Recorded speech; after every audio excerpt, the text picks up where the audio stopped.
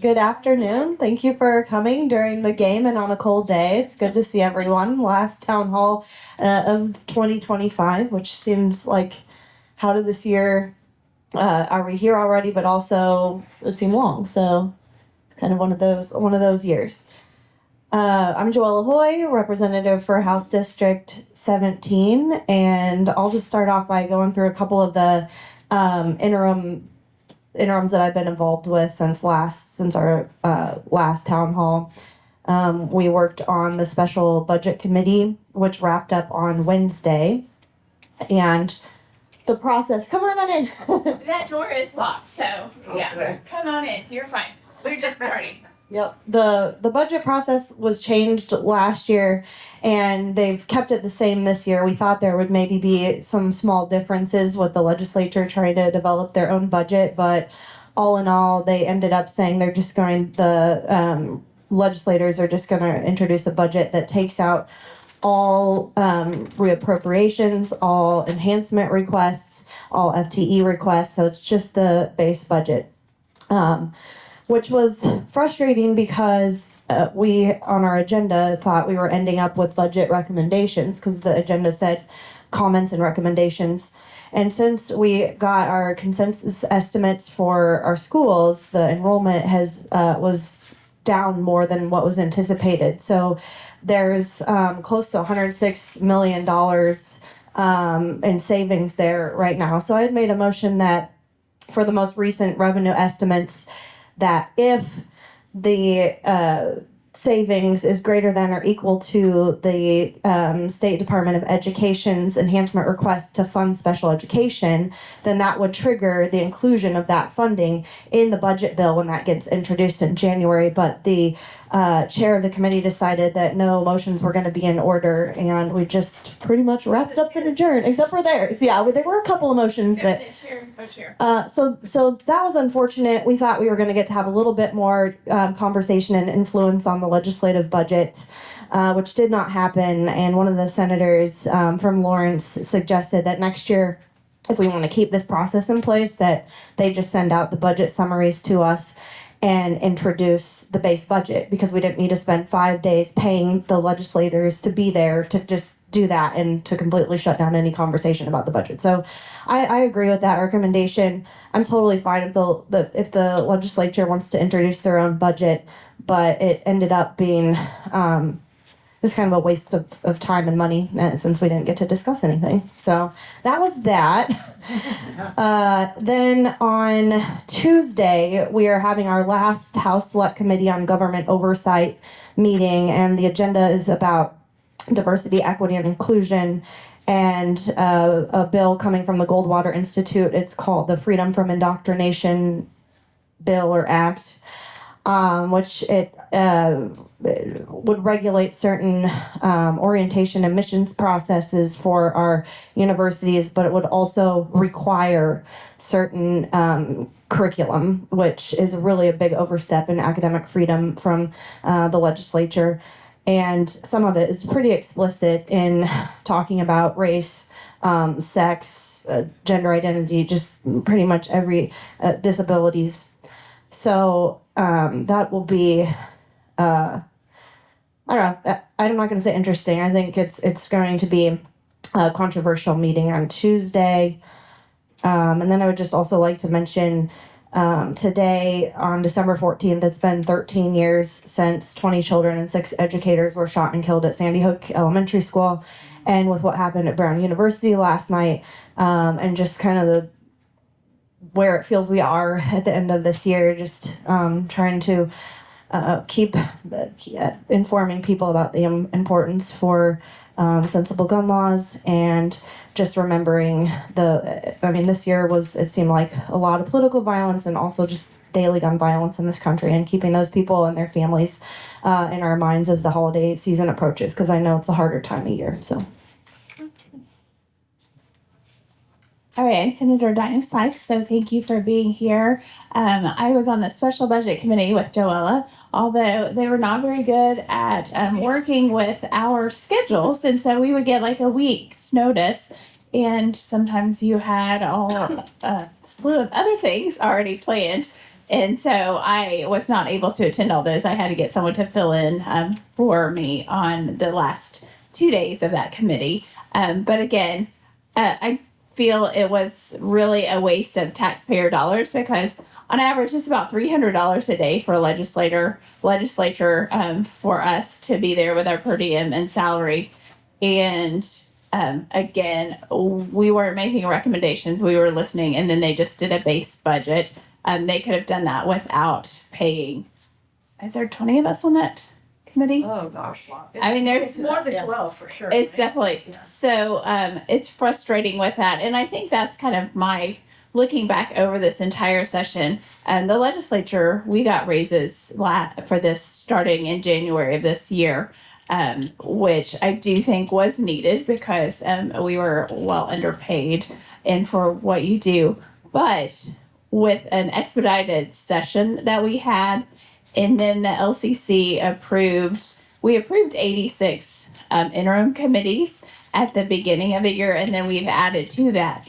And if those interim committees were actually producing bills or recommendations to the legislature, but that's not what it was. Like, it was discussion, and I think it was really just a way to boost some members' pocket change is kind of how I feel about that. So I'm actually introducing some legislation when we get back to try to remedy some of this. So, so the budget committee, the other thing I think to make sure all of you are kind of following the LCC, the Legislative Coordinating Council, we meet almost monthly dealing with some of the rats and cats of just like hiring staff for the for the legislature's body. One of those, we're looking at the chief information technology officer. So I've been going through resumes and trying to do that. That's something we have to hire. Making sure that holidays are approved. Some of it is this. But on December 22nd, we will actually have a big meeting, probably several hours long. Whoa. Yes. So I don't know if you all have been paying attention, but the Chiefs and Royals, there are conversations. And so we do not have any information up at this point. We don't have any of that. But I feel probably on the 22nd, because Republican leadership has said, even though when we pass this bringing sports teams into Kansas, we have until June 30th of next year. But it was really the understanding of Republican leadership on the LCC that they wanted a proposal to the legislature by December 31st. I think it's in the news and all of that. But again, I don't have any information, but I will probably get something on the 22nd. And it's not picking where that would be, but it's trying to see if the proposal that Department of Commerce, if we feel like it is in the best interest of Kansas. So that is kind of up there coming. I'm trying to think what else. We start back on January 12th. A little change of session this year. Normally the State of the State is always the first Wednesday when we get back. And then the governor's budget then gets right into the legislature on that Thursday. Because of the House, and I can throw some shade, it's not these two, but they feel like the first week is their committee schedule is different from the Senate. We meet every day, the same committees, and they have a different schedule. And so they felt that they were missing significant committee time. So we have moved State of the State will be on Tuesday evening, State of the Judiciary Tuesday afternoon, State of the State Tuesday night, and then the governor will introduce her budget to the legislature, and the budget committees will get it on Wednesday. So again, we're One day make a difference. And we're also voting redistricting on Wednesdays, what I've heard. I don't know, Susan. I'm just telling you what I hear. Oh my God. So again, we're going to have an expedited condensed session, but we're going to hit the ground running on Tuesday. So I think and I have a question that I will get to in a minute, but I will let Susan kind of give her recap. Oh my God. That sums it up. It does. Dear God, give us patience. Uh, Okay, I'm glad you're in. We're I in was so the. busy with Stan, I forgot all about Well, it. we got it. We got it. Thank you so Stand much. is a priority. Yeah, thank you. I give her wish list it. I have not been good, I've been naughty. Hello, I'm Representative Susan Ruiz, and I represent District 23, with the biggest majority of that district is here in Lenexa.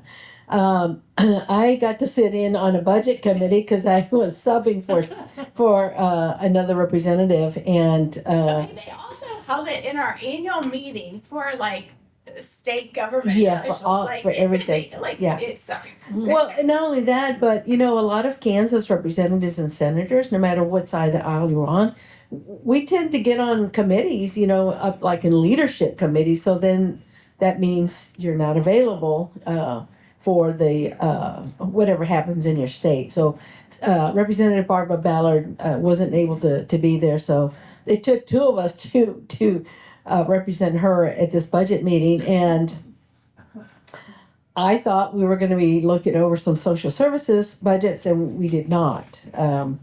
It was all higher ed basically.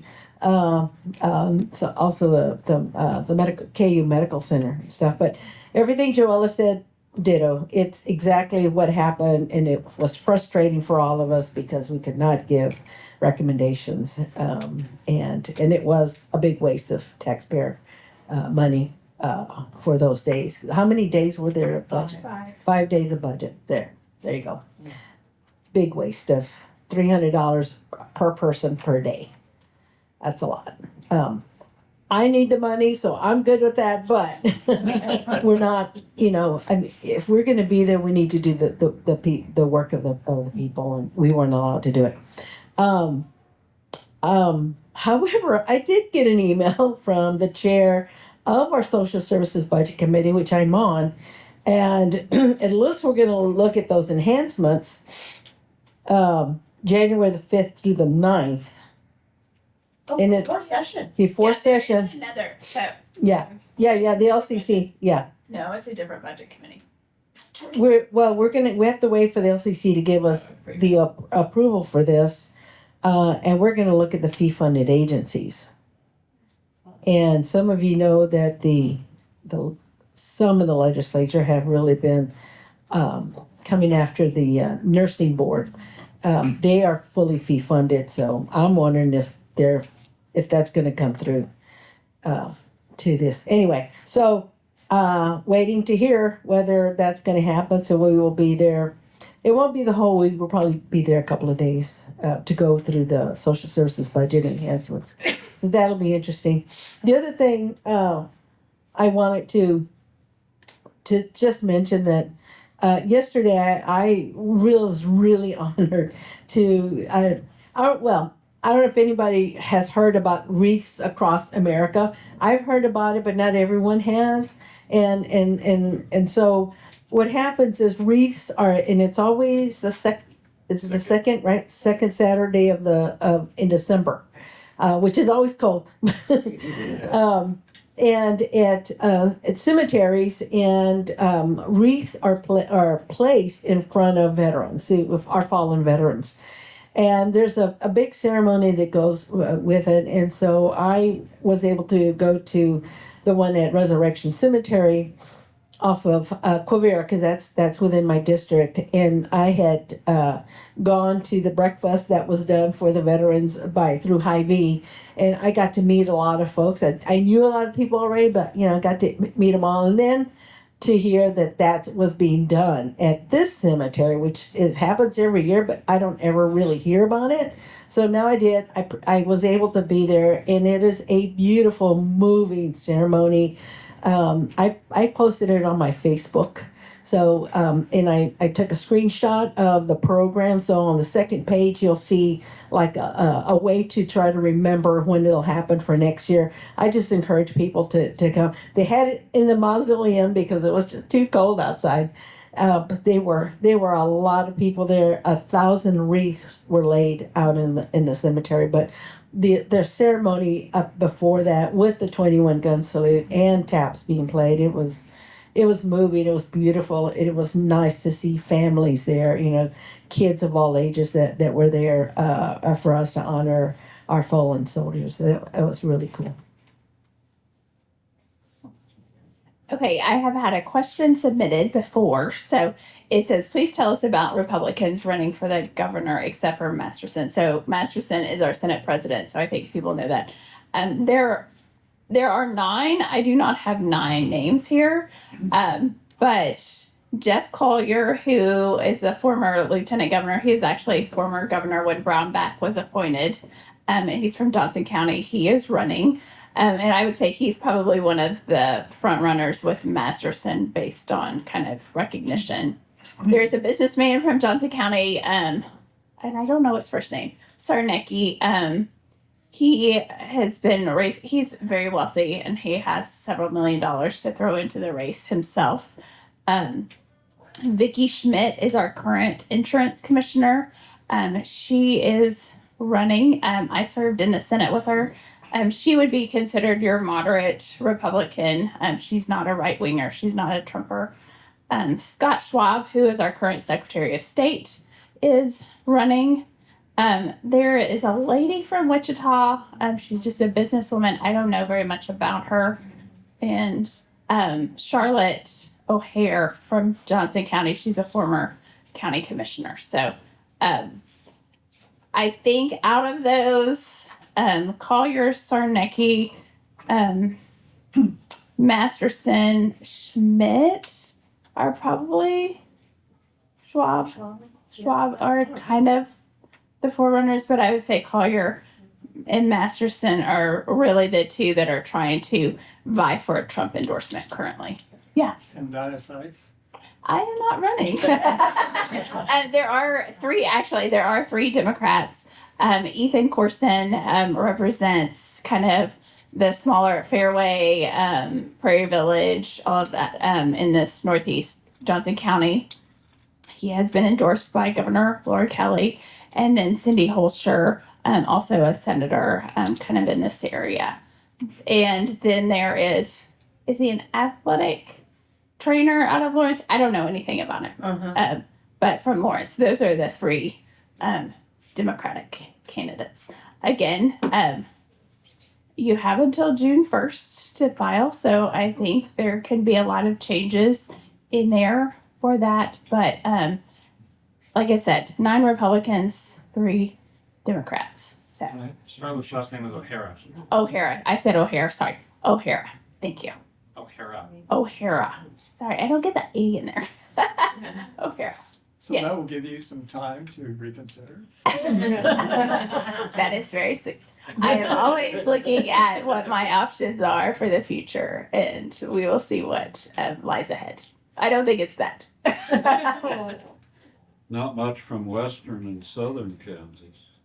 Yeah, I mean, you've got Wichita and really Johnson County but yeah, not a lot in there. So I will say it's kind of interesting because as much as I'm not looking forward to this session and kind of the craziness because we're going to have redistricting, we've got budget, and it's an election year, which you always throw kind of crazy stuff in there.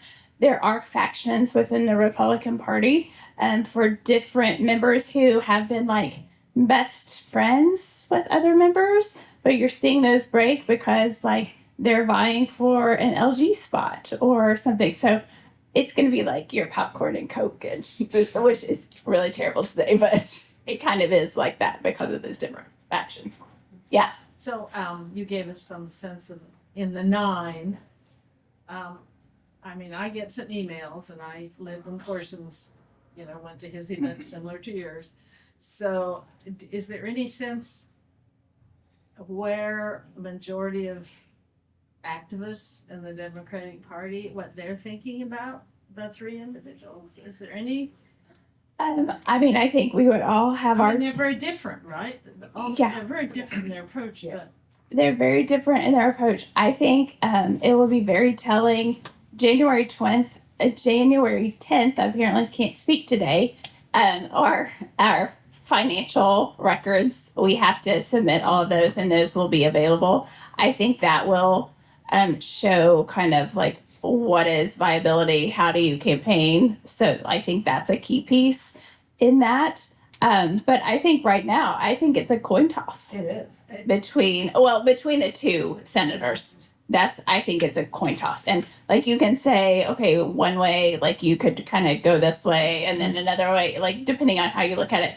But I don't think there's really someone ahead of it right now. And do you think that that a lot of leaders are going like this in their heads? Do you think there are people over here and people over here and they're gonna go like this? You know, people that are on the fence, or is it really? I think there's like people are just trying to, figure it out. And I mean, Democrats, like, I think we're going to argue, and because like we see what's best for the party. But I think at the end of the day, we're going to get in line and support whoever comes out of a primary. But yeah, it's a long time between now and November, between now and August. I'm getting a lot of email from one of the candidates. Yeah. And not the other, and it feels so lopsided. Like, Yeah, I mean, I would love to hear like what you all want out of a candidate. Like, what do you want to hear? Like, I think you can share now if you don't feel like comfortable talking about that. Like, let us know, because as we're all campaigning, and there are so many important things on our August ballot that I think it is important to make sure turn out.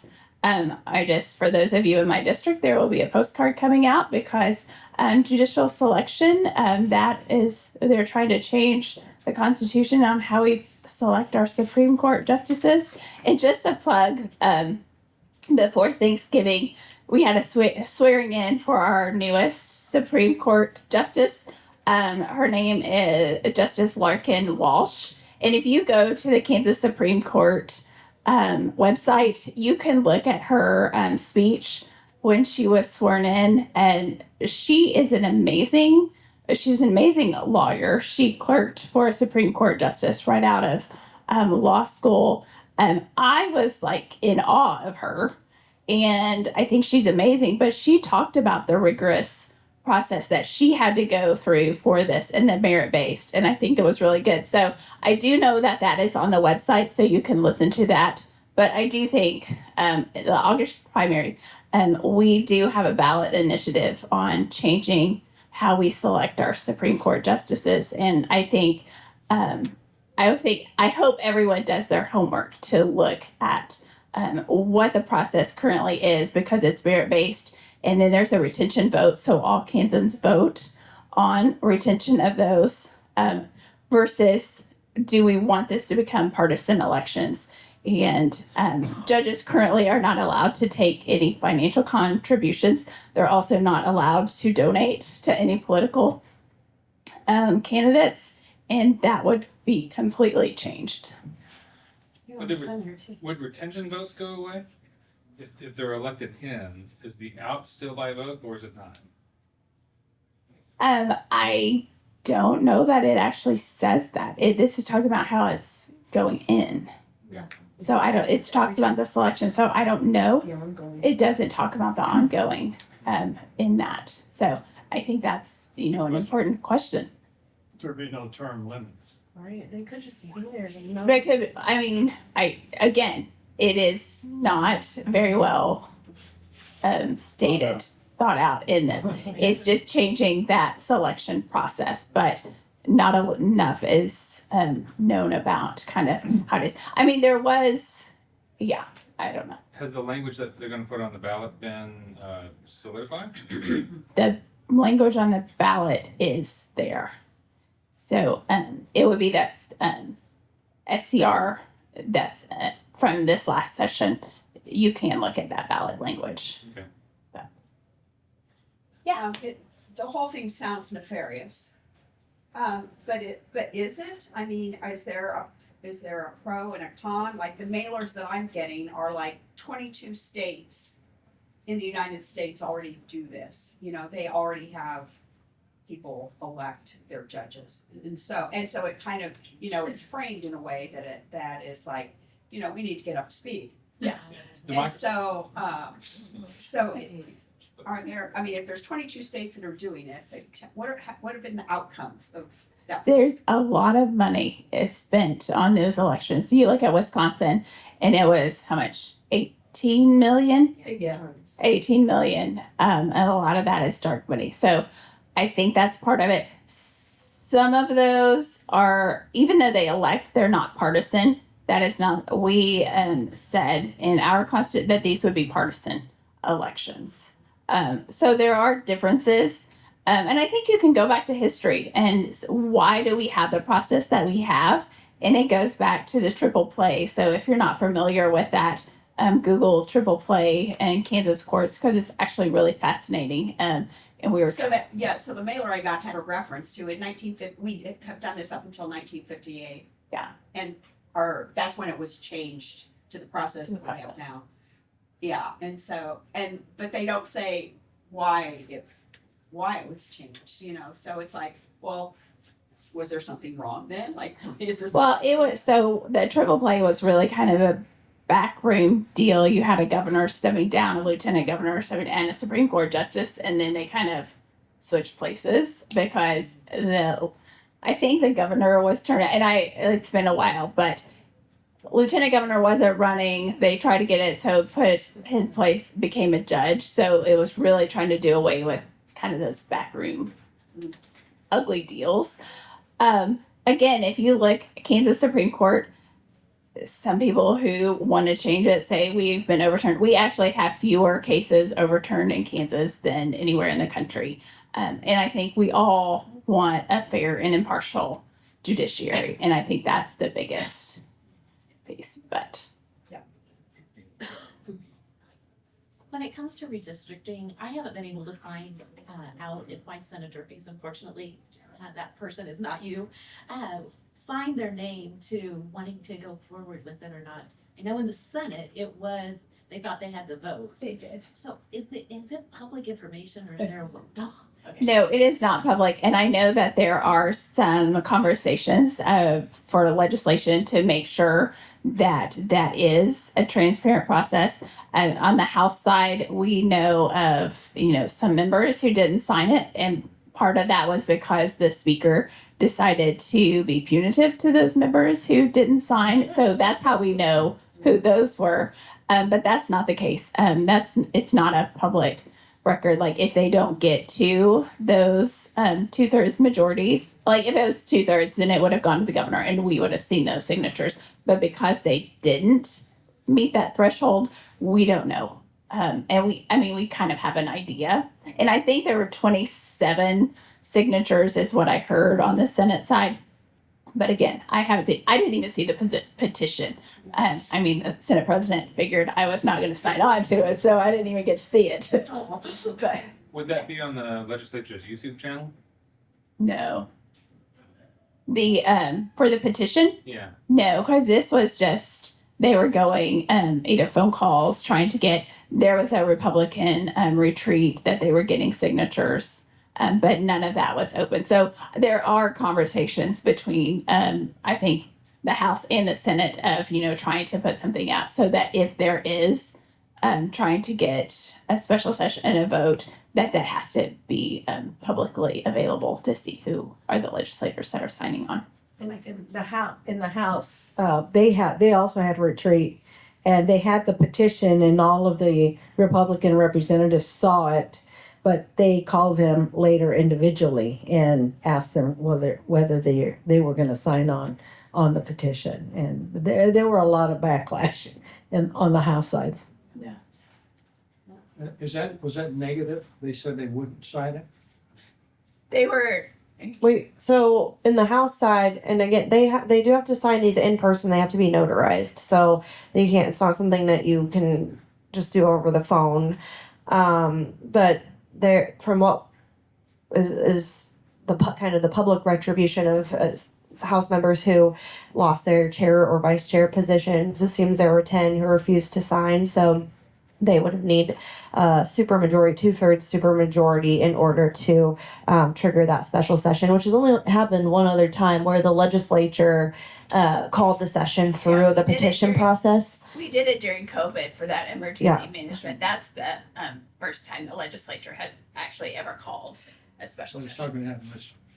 We didn't have a special session this year, and so, but when January 12th, once we go back, redistricting bills would still be in order. So we do anticipate the first week of session for that topic to come up on the in the Senate and the House, and it works through just like a regular bill process once we're there. But there were varying reasons why people didn't want to do a special session, and I think a lot of legislators, whether they signed or not, they are feeling like we shouldn't be doing these special sessions every year. We're a part-time legislature that we have this 90-day session. We do have the opportunity for interims, but I don't think they really like the precedent that we just keep having these special sessions. And if we're going to rush our session and be done by March 27th, then why are we, I mean, we just need to change our process in general if we do need more time later in the year. So I think there was some of that. And then, of course, some people were just very,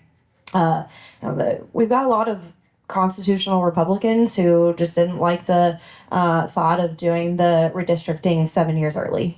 We had just did it. We don't have new numbers. We don't have new data. And what we saw from Indiana, now that we're on the other side of that vote, the really tough pressure campaign really backfired on people, and they did not appreciate how far that was taken. So I think it was a really big deal for those 10 Republicans to hang in there together, and some of them, I think, told the president no. So. Do you think then they'll get it done? I mean, here in Kansas, the redistricting? I think they will pass a bill probably. Yeah, I think at least the Senate. The Senate, yeah. Yeah, I'm not sure about the House. I don't know if the House, I mean, it's a simple majority is all it takes to pass it. And I think the Senate probably has that, so they'll pass something, send it to the House. Again, if the House does pass something at simple majority, it would go to the governor. I would expect that the governor would veto it, and then is there 2/3 to override veto, which I think Why is that? what. That the 2/3 would override it. That's just any bill can be overridden with 2/3, Right. and I don't think they have 2/3. So the Republicans don't have a veto-proof majority? They Not on that. they're in numbers alone they have a veto proof, but I think depending on what is vetoed, whether or not it's gets overridden, and I don't think this would. I mean, things could change, but that's what I think. I'm gonna knock on wood. A lot of times, yeah, knock on wood. Go find all the wood. There's wood back there, I bet. Other things, they can dangle carrots in front of people and say, hey, we'll give you this, what do you want? Somebody might say, well, I want to be a chair of whatever, some committee. You can't do that now because the speaker's lame duck. There isn't a lot of promises that can be handed out there right now. So they're not gonna have that. And they pissed off a lot of people already. Yeah. Earlier you said something about the nursing board was having some problems. What are they having problems? Yeah. That's a huge, Just sum huge. Okay, so to sum it up, there were one, if not two, three nurses that came to a committee. Well, they got the ear of the chair and the vice chair. They decided that they should have a hearing about it without letting the nursing board get prepared for it. They found out, like, I don't know, 24, 40 hours or something like that before they came in, and they asked them a bunch of questions that they weren't prepared to answer because they didn't know. But so the nursing board it's fee funded. There's no state funds going to that board. So it's whatever fees you have to pay to renew your license or when you get a license. that's what funds the board. And so the board oversees all the licenses. And a part of what they do is when you renew your license, you also have to make sure you get a certain number of continuing credits that you have to do, and you have to prove it to renew your license. And if you let it lapse, you cannot practice. You period. And so there's some there and they are legitimate. There are some issues with the board that is legitimate, and I think that there's some reform that they need to do. But does it have to come heavy-handed from the legislature? No, I don't think so. I don't think it does. But I'm hearing that there is something that's going to come about regarding their board. Because what the legislature does control is every year the nursing board says, this is how much we're going to need out of our funds that we generated. This is how much we need to order to operate for the next year. The legislature can approve it or can say, no, you need less money. They're holding that against them and saying, if you don't make all these reforms, you're not going to get your funds. So that's part of what's happening, and there is some bill that's going to come through that is forcing these reforms to happen, with the board. And I just don't, I don't see why we have to have the legislature so heavy-handed. Yeah, so kind of to sum that, there's a couple of people because they did not renew their license or in time. So then they were practicing without a license, and there are ramifications for that, and it goes on their record. But that is honestly federal standards, not just state. And so trying to figure that out. Again, I feel like nursing is not the only licensure that has to go through CTE and make sure that they renew. I mean, our attorneys do it, architects, it's a very, it's complicated, but that's the thing is people were not renewing, and then now they're in trouble because they were practicing without a license. Brian? No. It's not a crime. And so. But is it's it on their retribution record. that they But- brought that? But Was it retribution that they brought that to? I don't understand. I'm a nurse. I mean, people know. Yeah. I agree. Like that's what I was like. I'm a- okay, if you're a nurse, I feel like you should know. Principle, if you don't get your license. I'm on the committee that did the review, and so one of the conferees had forgotten to renew her license. She was taking care of her husband who had cancer, but was also going around to speaking engagements representing herself as a licensed nurse and getting paid. And sometimes I think not getting paid. So she had gotten a notice on professional conduct. But the way that this is handled, for a nurse, if you get this, you can sign an agreement, a consent agreement saying you were practicing out without a license. It's the fastest way to be able to get your license reinstated. And then it's just you're in a database that this happened.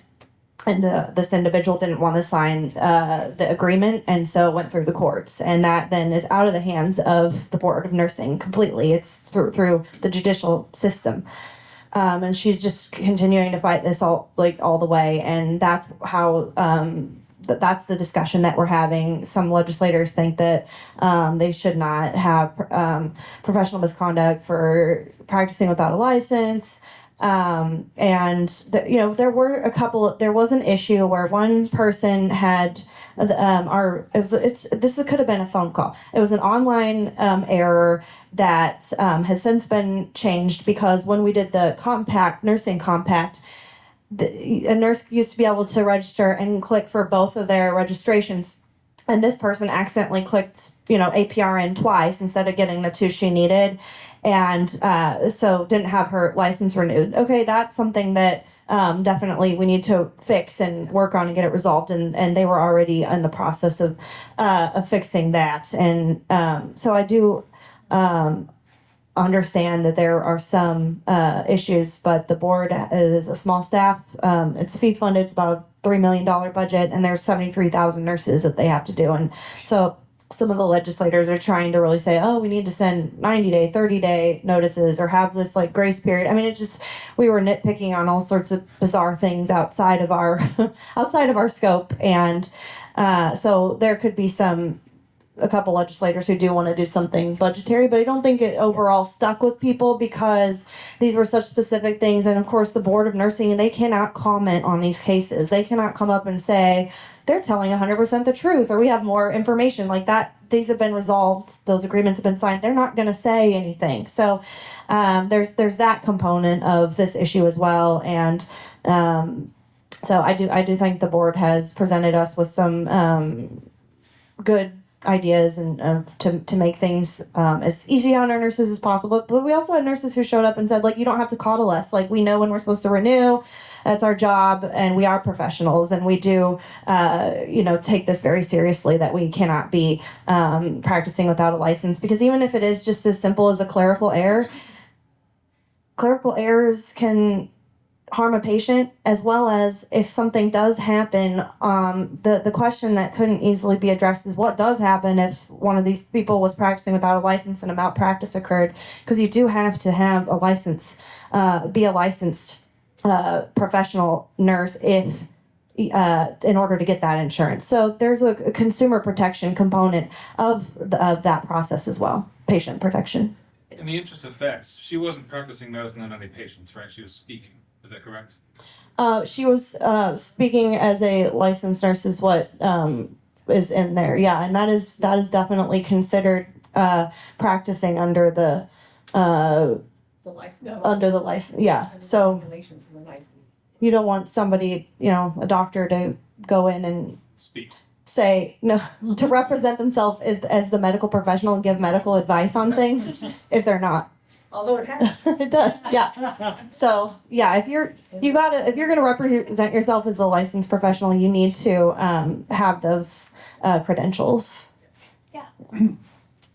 So apparently the feds are trying to determine that nursing is no longer That is true. That's another interesting side of all of this, is that for students, they're no longer considered a profession, along with many other engineering and therapists, social workers, and that is for as it relates to student aid as you advance past your undergrad type work. So that's really unfortunate that of all of these professions that we do need more of, and we do struggle with shortages in healthcare, we want those folks to be able to get their education. So that applies to students, but once you get a license, then you would be considered professional. Yeah. Yeah, that designation, it only has to do with student aid. It has nothing to do with anybody's license. I'm a licensed clinical social worker. Has nothing to do with my license. But if it really hits the nurses really hard, because if you have gotten your degree, you're an RN, and now you want to go to school and to become an APRN, you can still do that, but with this funding, you could be able to pay that back. So being able to attract nurses to go into the more rural areas, because they've got an independent license, they can still do that, but now they're not going to have the kind of financial aid that they were able to apply for before. Is that Kansas or Fed? That's federal. It's federal, so it's hitting all the states. So, Yeah. a little bit different subject, but you mentioned that you would like recommendations to pass the Democratic Party. There have been a lot of discussions by pundits on the web that Democrats aren't doing enough in the rural areas to attract more interest in their ideas. I think that's something that needs to be done in Kansas as well. We need to get out to the rural areas, which apparently has been largely ignored by a lot of Democrats who just focus on the cities. Yeah. I don't think that's gonna work. Yeah, and I would say I applaud the House Democrats, because they went, how many, 16, 13, oh, I don't know, 11 to 16. 13. So they were 11, 13, 16. 6, 7. They went to a lot. doing that, and also the Kansas Democratic Party. So usually we have a convention in Topeka and then one in Wichita, and we chose not to have the one in Wichita, and we went to Hayes and Colby. I don't know. Yeah. It was just Hayes and Colby. So trying to get out there, and I know candidates are going out there. I have visited these states or these different cities, and sitting down and talking to people because. Yeah, I think you are very right. I also, Andy Bashir has a podcast that I actually listen to. I think Kentucky and Kansas very similar, and if you haven't listened, I think he does a really good job of how do we have the values that we have, but how do we make sure to cross over? And so I think that's something we're learning. But absolutely, In one of the meetings, I think it was the one in Colby area, there were like 200 people that showed up. There are a lot of Democrats, they want us to get out there. Yeah. They want to hear from Democrats, from the Northeast area, kind of deal. So, and the one when we were in Garden City, there were 5 people who were nurses, and now we're running for the school board. And I think all 5 won. And they were there to announce that they were running. We're like, yes, so there's movement going on. What we don't have enough is the kind of candidates that we need to run in the Senate or to run in Congress. We don't, from out west of Hayes or west of Salina, we don't have those kind of candidates out there. They are out there, however, but they are not. They're either not wanting to or they're not quite ready, but there are some folks out there. so there's a veterinarian running for, is it District 2? Is it against Schmidt? Yes. Don Yes, Cooper. I think he's a really interesting. He's a veterinarian and grew up in rural Kansas. So, I mean, that's one that I'm kind of watching. How do we message that? And I also want to say, this is not just happening in Kansas. We have a friend in West Virginia. She's in a very Trumpy district, but she has won, and she also is going out. And is there 5? How many Democrats? It's 5 or 9, and I think she's the only one, isn't she? Yeah, I mean, very small, but they too are okay, we're going out, listening to people, and I think that's just good and and I tell you all this every time. But the fact that we show up every month, and most of you agree with us, you don't always agree with us, and that's fine. This is a conversation. But this is not the norm, to have town halls and to show up monthly and to do that. So we need more of that, not just in Johnson County, not just I think nationwide. And I will say, it has been hard. There are times when my colleague got shot down at her home from Minnesota. There are times that I pause when I go out, and because I know not everyone likes me. I know that I've had a target on my back and I've had threats, but I still show up. My brother is a Democrat, just south of Colton, and they, because of geographic areas that they have to cover, they do meetings by Zoom. Yeah. And so that helps a lot. But the problem is what you referred to, they can't get anybody to put their names on the ballot, period. It's hard. It's just difficult to find. I think it's getting harder just in general to have people put their name on a ballot because of political discourse or lack of stability. As I talk to people, the candidates that you actually want running, and going back to judges, that's the thing. I think a good judge is someone who cares about the Constitution. They're not a good politician. And if they're a good politician and can win an election, I don't think that necessarily means they're going to be a good judge. It's true. It's a different part of the world out there. Yeah. Well, and when it's that far with the crazy way our legislature meets and how to be there, you can't do that all in Zoom. Yeah. It's the commitment is greater in a way if you're out west somehow.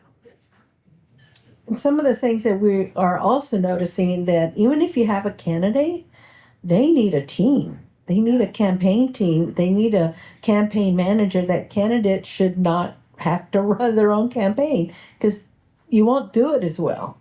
And so I'm also a part of an organization called the Greater Kansas City Women's Political Caucus. And we're going to have campaign school here next month. And we average 30, 35 women who come from the metro area. So it's Johnson County and KCMO and Wyandotte. And that's the thing that they're all talking about. You know, how do I form a team? Where do I find a campaign manager? They're hard to find. A campaign manager that, you know, that is good, that has won races. You know, those are hard to find.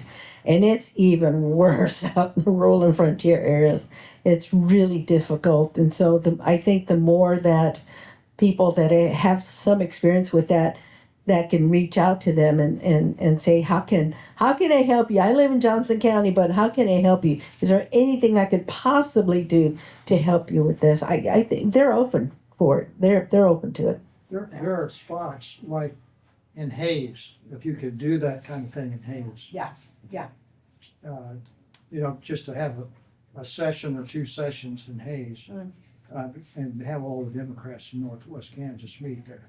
That would be. Yeah.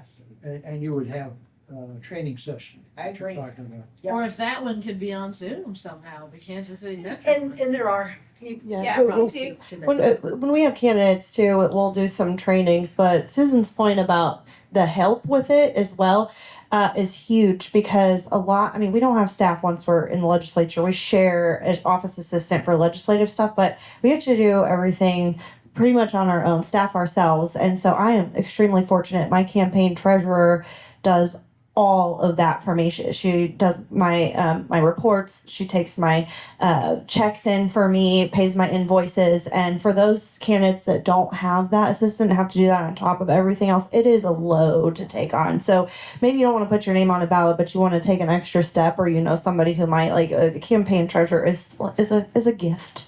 It is a very special thing, and I'm so lucky that I have that gift. Joella is lucky. Yeah. Joella is an outlier, by the way. Yeah. We don't all have that. Yeah, I've done my own campaign. I deposit my checks. I do pay someone to do my report for me. But I think I've asked this before, but I keep forgetting. Is there anybody running against Marshall? there are 5 people. Yeah. Is it 5? There are 5 people running against Marshall right now. Christy Davis is from Cottonwood Falls. She ran a race for Congress a couple of years ago. There are 2 people from Johnson County. Is she an immigration attorney? Ann something. There's a Sandy Neerman. Mm-hmm. Sandy Neerman is in Merriam, Kansas. And there's a guy from Kansas City, Kansas, who just announced this week. And then there's a guy who, he runs for something every session. So he is also running. But there are 4, I think, legitimate candidates. There's going to be another one. I met her the other day. She's coming. She lives in Lawrence. And she was a federal worker and got fired. So she's fired up. So are you? And so she's going to find. Nobody No, from Republican? Dodge City? That's with the Those are Democrats. Those are all No, Democrats? Those are Democrats. And So- Eric something is, Eric, yes. Eric is from Kansas City, KCK. Yeah, I think the furthest west would be Cottonwood Falls. So there are no potential candidates from western Kansas. No, not as of yet. But I mean, I think there's 5 candidates in there. That's a lot of candidates. There are people working on a couple of folks, but I don't Yeah. think it's going to pan out. It's hard. It's hard to get people to run right now. and how many running for marshals on the other side? I have to look it up. So, Sharice Davids is still undecided as to what she's going to do as far as running for the House for Kansas or running for I think she is planning on running for Congress unless there is a new map, and then I think she's playing with the idea of running against Marshall. I mean, she said that. So. Or Which else, is strange. this new, Very. Ms. Newman, was that right? I Or- think or- that's I'm seeing if I can find her Near- name. Nearman. Yeah, Is it Nearman? I know her first name is Sandy. It's Sandy Spidell, and I forget her. Nearman. So the Kansas Democratic Party, they actually did a Zoom and had a forum with Senator Gorsuch and Senator Holscher for the governor's race. And then I think it was just the three candidates on the U.S. Senate race. It was Christie, Sandy, and Ann were the three. And I did not watch it because I had been in budget committees all day and I was done. But it's not out there somewhere in YouTube or I something. don't think that one's recorded, but I think they will do some more things like that as well. Get the other names. And a lot is happening. Yeah, because a lot of them don't file yet, so we can't look them up on the Secretary of State because they'll like announce and start seeing if they can do it before they file. Yeah, they have to announce a treasurer so that they can start raising money, but that doesn't necessarily mean that they're on the ballot because filing a treasurer allows you to start taking money. But when you actually file for office, like sometimes I think like all of us for our races, we filed a treasurer and filed for office all at the same time. Yeah. But some of these bigger offices, they don't do that. Corson has done both steps or not? I don't think so. I think he's just filed a treasurer. I think there's only one candidate on the governor's. Yeah. A lot of them, if they can't raise, Treasurer, I was wondering, I'm going, is he serious? If there's no. Yeah, I think that's just like a lot of these bigger offices, you file a treasurer and then you raise money. So again, so you can raise money through December 31st and then that filing has to be January 10th and that's all finance reports. I think that will be a big factor in some of these races. So you're saying all the candidates have to have it filed by January 10th? They have to file a campaign finance, unless they've signed like an affidavit that they are not do. And I don't know what it is on that. Any of these big races, you can't do that. Like some House or Senate local, like they'll say, I'm not going to spend more than $1,000. I think that is crazy. What do you have? Yes, dear. I just have a question I don't know if any of you know the answer to. What would you project the cost of a gubernatorial race? Republicans typically have gobs of money, so it's not necessarily an issue. But what are we talking about? Could we expect in a Kansas Democrat race for governor? Any idea? Millions. I don't know. So I think just for the candidate to raise or all funds. just for the candidate to raise themselves for their campaign. I would say $6 million at least. Okay, I didn't have any idea. Oh yeah, and having a primary makes it cost Having a more. primary. So my candidates for state senate, I tell them they have to raise $250,000, and that's like so. And that's and you can ease senate races in here. Just one side spent $500,000. So I mean, I would like what did Barbara Bollier? I think her senate race was $22 million. You could look and see what Governor Kelly spent. I mean, they're expensive. I have a friend who's running for governor in Wyoming, and he was like, "It's going to be $2 million," and I'm like, "That is like crazy." Talk to the cows. Talk to the cows, that's right. You got one cow. there's only 30,000 people in that state, so. But like that is crazy because I think statewide races like Secretary of State, I think that's at least $1 million. Chris Mann running for AG, that's gonna be several $1 million. So how is Kobach getting along with the governor since he's taking him to court? They're not playing very nicely. That's what we do at LCC. I feel like I have to be the adult, and I'm like, this is a bad idea. Yeah. I'm also the only one who says those things. That's not the truth. Brandon also says, why are we paying for this? This is a bad idea. Okay. Yeah. Well, it is 3:00. We can stick around, but thank you for. Oh, I yeah. have a totally non-political thing. I'm with the Lenexa Arts Council. In an hour, in the community forum, which is right out here, we'll be presenting the radio drama of It's a Wonderful Life, and it's completely free. So stick around, go downstairs, get a snack, and then you can bring drinks in there and have a lovely afternoon. How long is it? We go every year. It's fabulous. That's fun. Oh, thank you for sharing.